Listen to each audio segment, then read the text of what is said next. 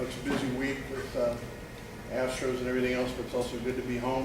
One note on Saturday's game with UTSA, it's Military Appreciation Day, so we'll have a lot of special activities surrounding that game, flyover, and have a Black Hawk helicopter flying in that morning and everything, so be some extra visual elements for you if you happen to be at the game. So with that, we'll bring up Mike Bloomgren and get started today.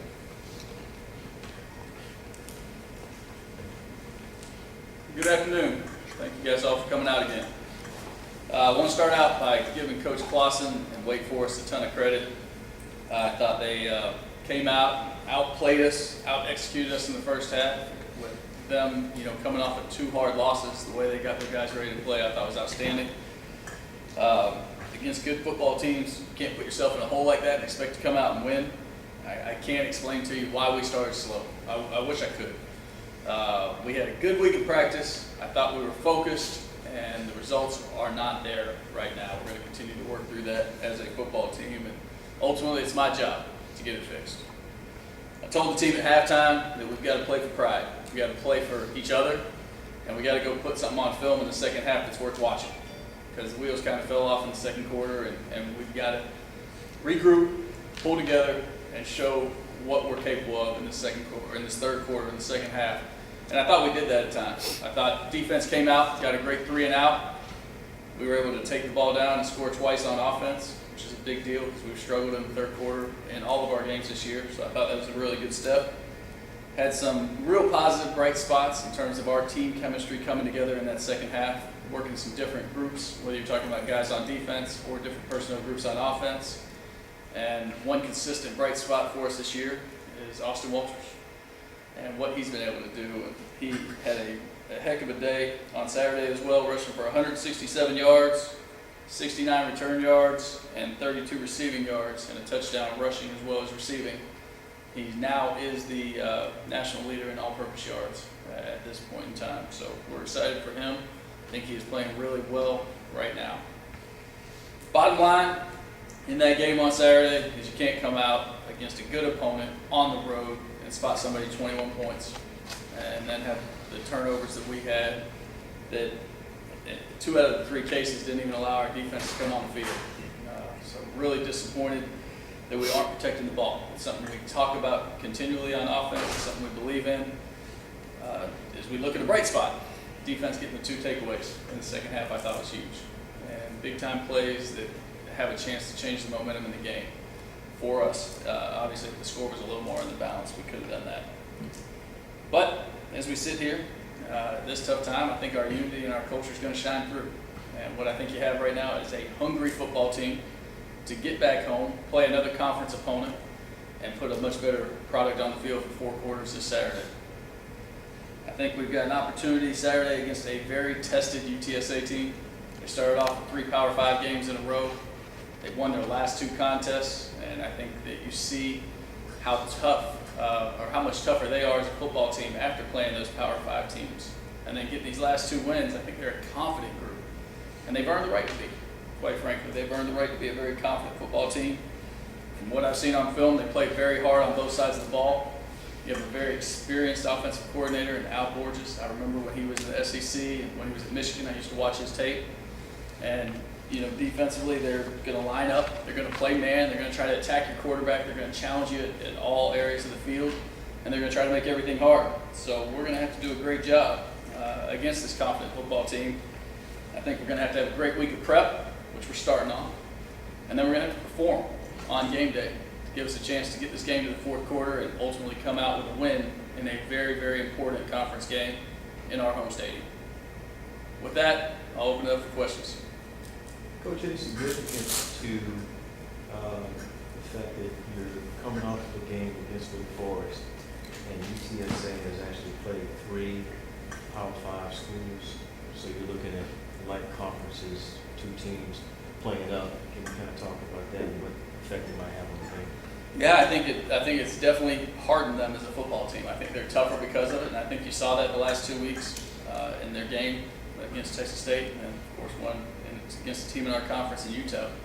I think it hardened our football team too. I think playing great teams like Houston and Hawaii, and then going on the road and playing Wake, I think those are are great things that can build your program up in terms of getting your kids used to playing at a high level of competition.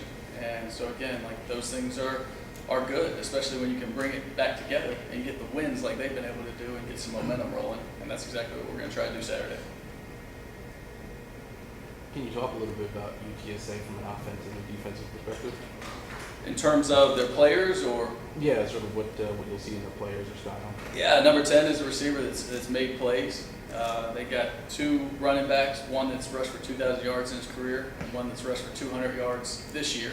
And seemingly, he's the guy that they seem to be trusting, but they're both going to be back there. On defense, it really starts and ends with number 55, and he's easy to find because of the hair. And Josiah was an All-American, freshman All-American 2 years ago. He's a guy that's got a lot of accolades in this conference, and you can see why. He makes plays. He's a big linebacker that's going to run the ball down, and he gets there with bad intentions.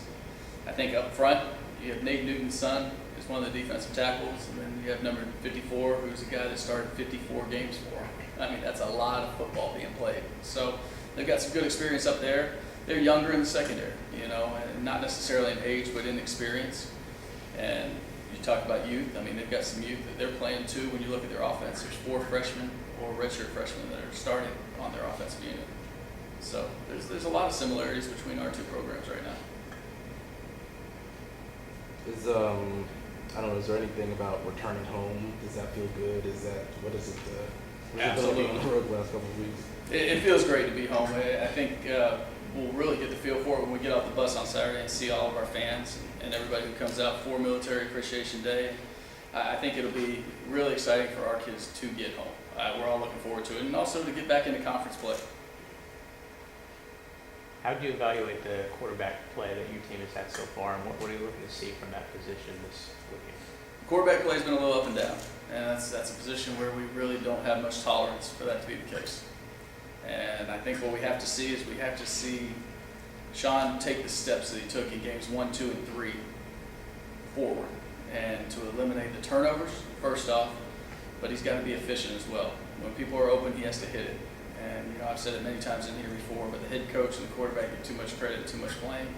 So we don't want to put that on him right now. You know, it's certainly not all on Sean. But the reality is he's got to play better for our offense to be efficient and operate the way we want it to. You mentioned Austin Walter in your open. What's it like in terms of trying to, I guess, if you want to say this, beef up your offense or add a little something to it? What's it like having a player like that where you know he can get the necessary yards, particularly on 3rd down? Yeah, I mean, I'd say I'm pretty accustomed to having those kind of players, you know, and it makes me a much better coach when we have guys like that, and we can move the sticks. Whether it's a guy like some of the guys we had in the last few years at Stanford, like Christian or Bryce, or a guy like Austin, who right now is getting it done from an all-purpose yards standpoint. You know, I think it's a relief as a play caller when you call a play that you think can be blocked and get forward and ends up getting 8, or then he steps through that. Now it's 60. It's a lot of fun as a play caller. We look smart at those times. So it's not something we're leaning on, but it's something that anytime you can get a well-blocked play to turn into an explosive, it's a lot of fun. And I think right now our team has a lot of confidence that they will just hold that block for 1 split second longer. You know, no matter who's back there, we've got special guys that can make plays.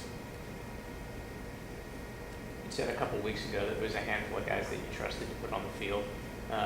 How's that number grown in the past couple of weeks? And there are already 1 or 2 young guys or new guys that have stuck out as getting a right to get on the field more? Yeah, I think the number has grown. I think you continue to see guys' roles expand. You saw Antonio Montero get a start the other day, which again, being a starter in our system on offense or defense is really unimportant. It's really about the package that's in at that particular time.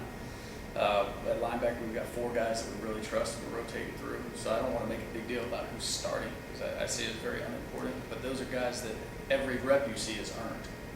And so when you see a guy like Brendan Harmon on the field for the start of the game, you see Montero on the field. Those are great things. And, you know, playing a freshman offensive lineman, a true freshman offensive lineman at left guard in the 3rd series the other day, and Cole Garcia, and having him step in and do some nice things, that's all cool stuff to me. And we are seeing more of it. And some of our more dependable players right now are some of those young guys or new guys to our program. You know, we wish Gio, you'll get to hear from Gio in a second, but we wish Gio had a few more years left, because some of the new influences to this program are really stepping up and leading as well. And the top line of leadership in this program is doing a great job also. But again, I mean, how about you talk about expanding roles? Gio, 3 carries for 31 yards, 1 for 19. I mean, he's a weapon that clearly I didn't see soon enough. That I've got to find ways to get feed. Gentosi, I think it said on Twitter the other day, so I'll work to do that. Had a pretty good run Saturday. I mean, he looked like he was a linebacker playing fullback. Yeah, the first one that just popped open, and he can talk more about that, but I wish I could have seen his eyes and how big his eyes were when he saw how big the hole was. But the second run, the one, actually it might have been the third run, but the one that occurred on the 2nd and 4, when he was met at the line of scrimmage because we didn't get somebody cut off. Yeah. Then he's met at the second level by 2 linebackers and just gets them, throws them off like they're children, and then feeds his pad to 3 other dudes at the end of the run. I mean, that's exactly what we're talking about. It's exactly the mentality we need more of. Coach, if you can, talk about the offensive line. They've gone 2 games now with no sack, without giving them a sack. Are they starting to gel as far as, adjusting to the new schemes and what you want them to do, especially on pass blocking? From a pass standpoint, I was disappointed in how much we got Sean Kidd against Southern Miss. I thought that, and it started on the first third down of the game where we had a miscommunication and then he gets hit. And that's really disappointing anytime that happens, especially early on, because something we want to do is we want to hit the quarterback, right? Because we know the impact it can have. And so again, wasn't real pleased with him in Southern Miss, but as a whole against Wake Forest, absolutely. I thought those guys are doing a nice job. And anytime you talk about pass protection, we have to include the back, because our backs are doing such a good job seeing things right now. And it's also the quarterback getting the ball out on time. So the sack number might be a little deceiving against Southern Miss, but I do think we protected well against Wake. But we have to get more dependable with that group, knowing their assignments. And it's really the wrong way to say that, but because they know them during the week, they can test on them on Friday. But we're having problems with plays that we've repped multiple times against the same look, being able to perform and execute those assignments in games. And it's really frustrating. It's something I haven't dealt with much in my coaching career. When guys know it, usually they can go out on Saturdays and perform. It's something we're continuing to work through with this group of offensive linemen. I mean, what would you, as you try to figure that out, as you try to figure out a solution to that, can you expand on that a little bit? Like what we're going to do? Yeah, and then you just mentioned the fact that you haven't really experienced this before. I mean, can you sort of talk me through that a little bit? What that looks like? Yeah, I think my experience is that you have guys that learn different ways. Some people learn visually, some learn auditorily, most learn best by kinesthetic, by doing it, right? And so when you can get something from the class to the grass and do it right in practice on Wednesday, usually I was able to have guys do it right on Saturday. And for whatever reason, whether it's anxiety, whether we're carrying more than they're used to right now, we've had too many missed assignments up front to sit here and not address it. So we're continuing to address it. We are going to give them more ways, more walkthroughs in meetings this week, something we're trying to take advantage of that meeting time, continued walkthroughs, and then on the field. I mean, we have to continue to make a big deal if somebody doesn't do their job from an assignment standpoint. Because really the technique doesn't even come into play. All the stuff we do in the weight room doesn't come into play if we don't block the right dude. And so again, as we're looking at it very fundamentally there, we just got to get on the right people and talk it and hold each other accountable. I think like these guys can hold each other accountable too. I'm a sideline away when somebody doesn't block the right dude. And I'll get them when they come off, but I can't say anything in the huddle. More than anything, we needed it to be that mentality in the huddle during the week. Like, guys, that's unacceptable. We need somebody saying that it's unacceptable. So then, as coaches, we can encourage them to strain and really focus on the techniques. But we're going to be great teachers on Monday and Tuesday. We're going to get them to digest this material and hopefully do it well in practice.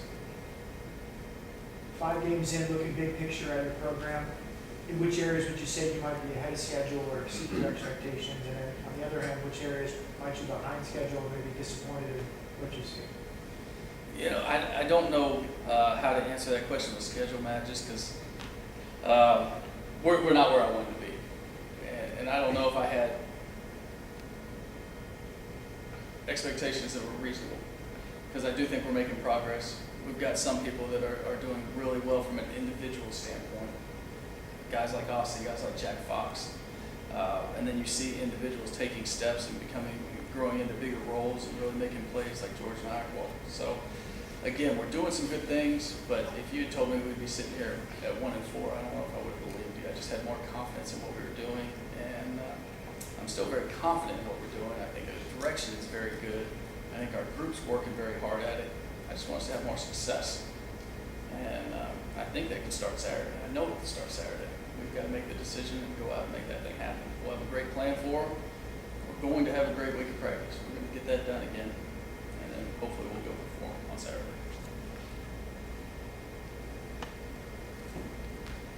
Anything else? Gio?